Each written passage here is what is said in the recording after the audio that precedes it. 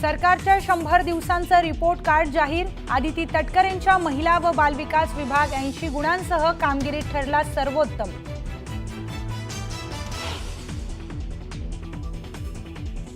मुख्यमंत्र्यांकडून राज्यातील जनतेला महाराष्ट्र दिनाच्या शुभेच्छा। महाराष्ट्र थांबणार नाही, हाच आमचा निर्धार असल्याचं मुख्यमंत्र्यांचं वक्तव्य।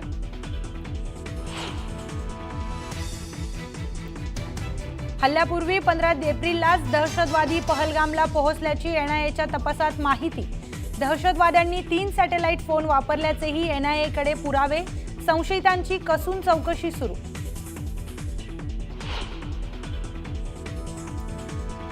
दहशतवादी हाशिम मुसा अजूनही पहलगाममध्ये लपल्याची माहिती। तर पाकच्या लष्कराकडून हाशिमला काश्मीरमधून बाहेर काढण्याचे प्रयत्न सुरू। वरिष्ठ सूत्रांची न्यूज 18 लोकमतला माहिती।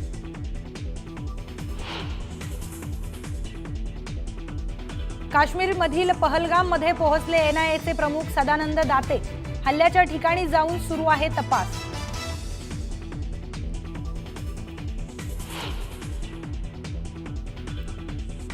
पहलगाम दहशतवादी हल्ल्यानंतर हुरियत आणि जमाते इस्लामी समर्थकांवर एनआयएची कारवाई। जवळपास 100 ठिकाणांवर टाकले छापे।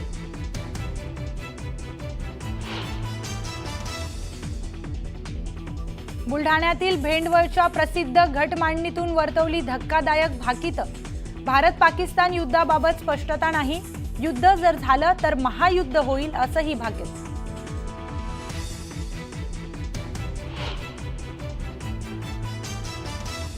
व्यावसायिक सिलेंडरच्या दरात 17 रुपयांनी कपात। मुंबईत आता सिलेंडरचा दर असणार 852 रुपये, तर घरगुती सिलेंडरचा दर जैसे थे। पहलगाम दहशतवादी हल्ल्याच्या तपासात एनआयएला मोठं यश मिळाले। सूत्रांच्या माहितीनुसार अटक करण्यात आलेल्या OGW अर्थात ओव्हरग्राऊंड वर्कर कडून मिळालेल्या माहितीवरून मोठा खुलासा समोर आलाय। हल्ल्यापूर्वी दहशतवादी बैसरण व्हॅलीमध्ये उपस्थित होते, तसेच ते दहशतवादी 15 एप्रिलला पहलगामला पोहोचल्याचंही निदर्शनास आलंय। बैसरण सोबत आरू व्हॅली, अम्युजमेंट पार्क आणि बेताब व्हॅली या ठिकाणीही दहशतवाद्यांनी रेकी केली होती। या ठिकाणी हल्ला होणार होता, पण सुरक्षा यंत्रणांच्या सतर्कतेमुळे तो टळला अशी ही माहिती मिळते। सुमारे 20 OGW ओळखले गेले असून अनेकांना अटक करण्यात आली आहे। त्यापैकी 4 ओव्हर द ग्राउंड वर्कर्सनी पाकिस्तानी दहशतवाद्यांना मदत केल्याचं उघड झालंय। याशिवाय 3 सॅटेलाइट फोन वापरण्यात आल्याचेही पुरावे मिळालेत। त्यापैकी 2चे सिग्नल ट्रेस करण्यात यश मिळालंय। दुसरीकडे 2500 संशयितांपैकी 186 अजूनही पोलीस कोठडीत असून त्यांची कसून चौकशी सुरू आहे।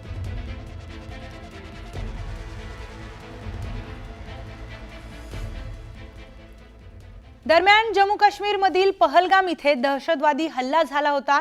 याच हल्ल्यादरम्यान आज सुप्रीम कोर्टात सुनावणी होणार आहे। केंद्रशासित प्रदेशातील 3 रहिवाशांनी कोर्टात याचिका दाखल केली।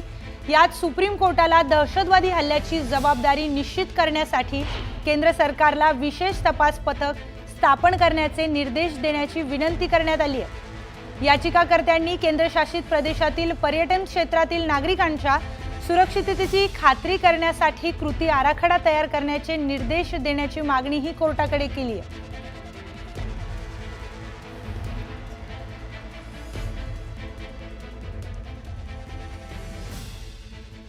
दरम्यान काश्मीरमधील पहलगाम इथे झालेल्या दहशतवादी हल्ल्याचा तपास एनआयएकडून वेगाने सुरू आहे। एनआयए प्रमुख सदानंद दाते हे पहलगाम इथे पोहोचलेत। या हल्ल्याचा सखोल तपास एनआयएकडून करण्यात येतोय। हल्लेखोर नेमके कुठून आले आणि त्यांना कुणी मदत केली याचा सखोल तपास केला जातोय।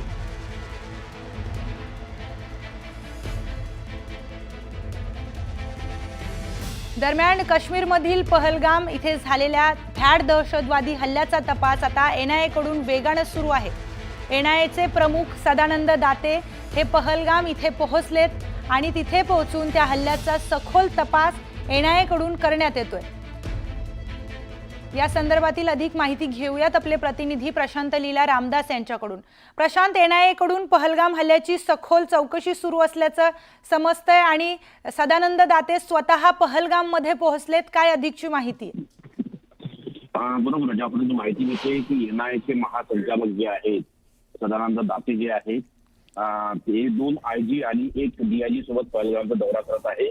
दहशतवादी हल्ल्याला तपासाचा जो आहे त्याला गती देण्याकरता ते सुद्धा दाखल झालेले आहेत आणि संपूर्ण जो पहलगाम मध्ये दहशतवादी हल्ला झाला ज्यामध्ये 22 एप्रिलला आणि त्यामध्ये जवळपास 26 निष्पाप पर्यटकांचा जीव गेला होता, तर त्या संदर्भातली संपूर्ण चौकशी राष्ट्रीय तपास यंत्रणा म्हणजे NIA करत आहे. आणि आता खुद्द NIAच्या ज्येष्ठ अधिकाऱ्यांनी संपूर्ण घटनास्थळाची पाहणी करताय. आपल्या काल ट्रेनिंग मॅपिंग झालं होतं, त्यानंतर हल्ले आणि त्यांनी कशा पद्धतीनं त्यांची एकच ठिकाण धनाचं ठिकाणी असं मॅपिंग करण्याचं आज NIAचे ज्येष्ठ अधिकारी खुद्द महासंचालक पहलगामच्या दौऱ्यावर आले आणि निश्चितपणे या तपासाला गती मिळावी असा त्यांचा प्रयत्न असणार आहे. धन्यवाद प्रशांत, आपण दिलेल्या माहितीसाठी. पुढची एक ब्रेकिंग न्यूज समोर येते. पहलगाम मधील दहशतवादी हल्ल्यानंतर भारत पाकिस्तानवर कारवाई करण्याच्या तयारीत आहे. यामुळे पाकिस्तानमध्ये भीतीचं वातावरण निर्माण झालंय.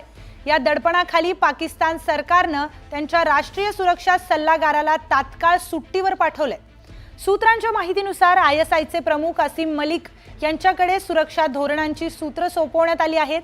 ही हालचाल भारताच्या दबावामुळे घडल्याचं स्पष्ट दिसत आहे. पाकिस्तान सरकारमध्ये गोंधळाचं वातावरण आहे. भारताच्या हालचालींमुळे पाकिस्तानला आंतरराष्ट्रीय स्तरावरही आता मोठ्या संकटांचा सामना करावा लागतोय.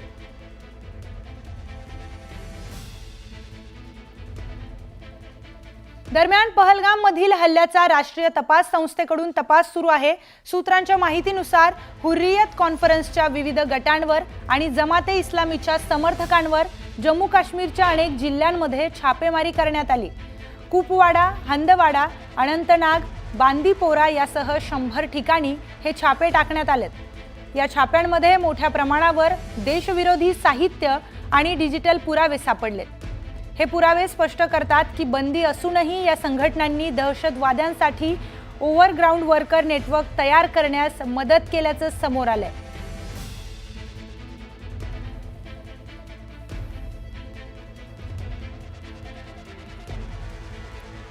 दरम्यान जम्मू काश्मीरमध्ये NIA कडून विविध ठिकाणी छापे टाकण्यात आलेत. कुपवाडा, अनंतनाग, पुलवामासह 100 ठिकाणी हे छापे टाकण्यात आलेत. हुर्रियत आणि जमाते इस्लामी समर्थकांवर कारवाई करण्यात येणार आहे. देशविरोधी साहित्य आणि डिजिटल पुरावे देखील जप्त करण्यात आलेत.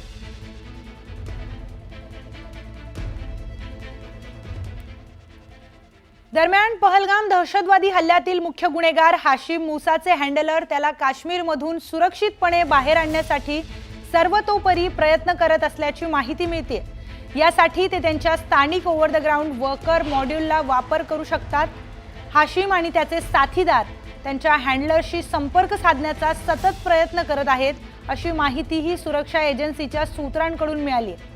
सूत्रांच्या माहितीनुसार दहशतवादी हे पहलगामच्या 25 ते 30 किलोमीटरच्या परिसरात कुठेतरी लपले आहेत. ते 2 वेगवेगळ्या गटांमध्ये विभागले गेले आहेत याची देखील माहिती मिळते. आणि त्याच पार्श्वभूमीवर सुरक्षा दलांनी गुन्हेगारांना पकडण्यासाठी शोध मोहीम सुरू ठेवली आहे. दुसरीकडे 21 एप्रिलला हाशिम मुसा आणि त्याच्या सोबत हल्ला करणारे दहशतवादी बैसरणमध्येच उपस्थित होते का हे शोधण्याचा देखील प्रयत्न तपास यंत्रणा करतात. तसेच सूत्रांकडून मिळालेल्या माहितीनुसार लष्कर कमांडर फारूक अहमद टिडवा याने हाशिम मुसा आणि त्याच्या साथीदारांना जम्मू काश्मीरमध्ये सुरक्षितपणे घुसखोरी करण्यास मदत केल्याचीही माहिती समोर आली आहे.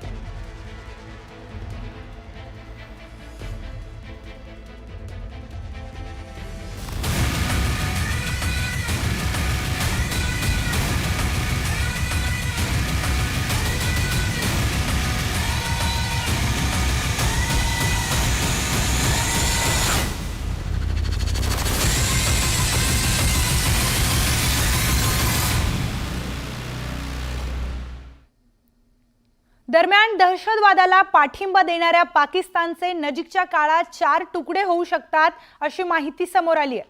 पाकिस्तानातील सध्याची अराजकतेची परिस्थिती भारताच्या पथ्यावर पडणारी आहे.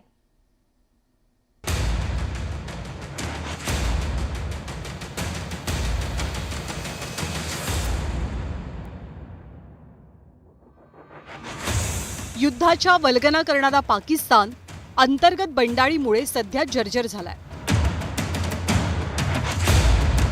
तुम्हाला आठवत असेल की 11 मार्च 2025ला बलुचिस्तान लिबरेशन आर्मीनं एका रेल्वेचं अपहरण केलं होतं.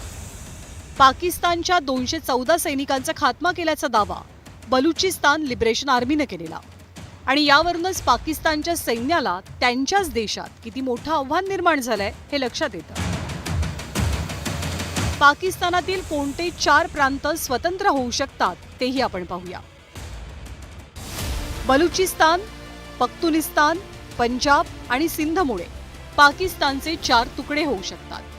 तर पाकव्याप्त काश्मीर हा भारताचाच भाग असल्याचं सरकारनं आधी स्पष्ट केलंय. तर दुसरीकडे पाकिस्तानच्या सैन्याची अवस्था प्रचंड बिकट आहे. त्यांना बलुचिस्तानमध्ये सुद्धा प्रभाव दाखवता आलेला नाहीये आणि खैबर पख्तुनवा प्रांतातील सुमारे 60% भागातनं पोलीस आणि सैन्यानं माघार घेतली आहे. परिणामी उठाव होऊन पाकिस्तानातले 4 प्रांत स्वतंत्र होऊ शकतात.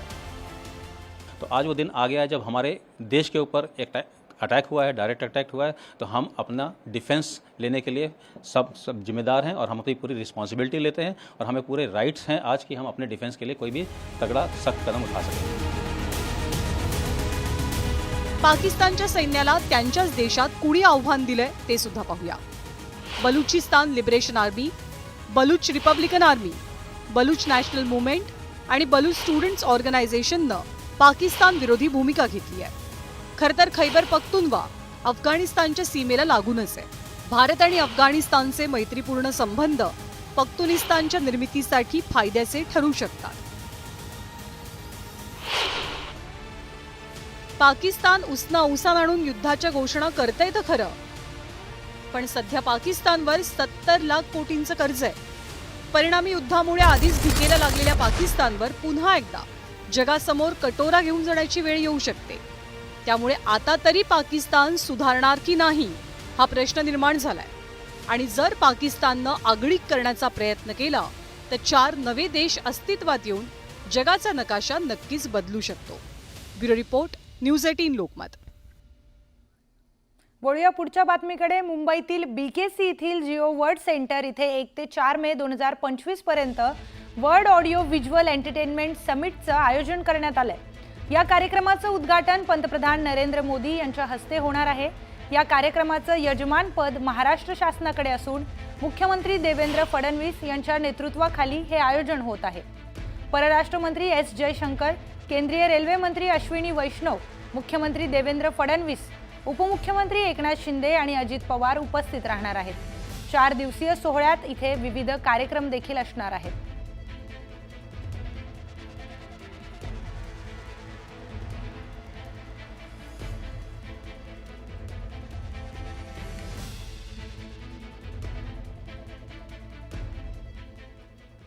दरम्यान सरकारच्या 100 दिवसांचं रिपोर्ट कार्ड जाहीर करण्यात आलंय. यामध्ये आदिती तटकरेंचा महिला बाल विकास विभाग सर्वोत्तम ठरलाय. आदिती तटकरेंच्या महिला बाल विकास विभागाला 80 गुण मिळालेत.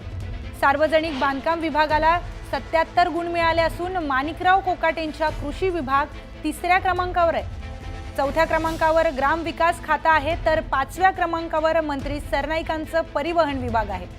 मुख्यमंत्री देवेंद्र फडणवीस यांनी पदभार स्वीकारताच 100 दिवसांची कार्यालयीन सुधारणा मोहीम हाती घेतली होती. दरम्यान 100 दिवसांच्या कार्यालयीन सुधारणा कार्यक्रमाचं भारतीय गुणवत्ता परिषदेतर्फे अंतिम मूल्यमापन करण्यात आलं.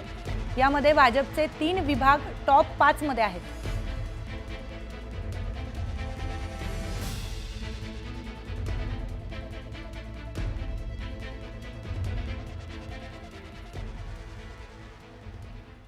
उपमुख्यमंत्री अजित पवार आपल्या वक्तशीरपणाबद्दल प्रख्यात आहेत. पुण्यात उद्घाटनावेळी नाराजी नाट्य रंगल्याचं पाहायला मिळालंय.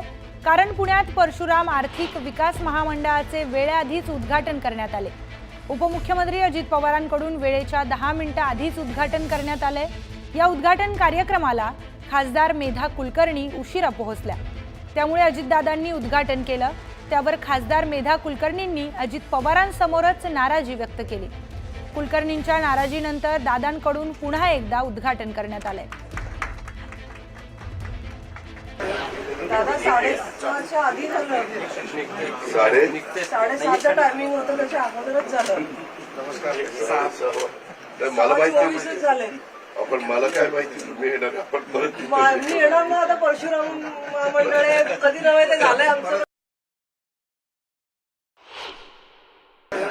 दादा 6:30च्या आधी झालं. 7:30चं टायमिंग होतं त्याच्या अगोदरच झालं. मला माहिती 24 झाले. आपण मला काय माहिती तुम्ही येणार आपण परत मी येणार ना आता परशुराम मंडळे कधी नव्हे ते झालंय आमचं.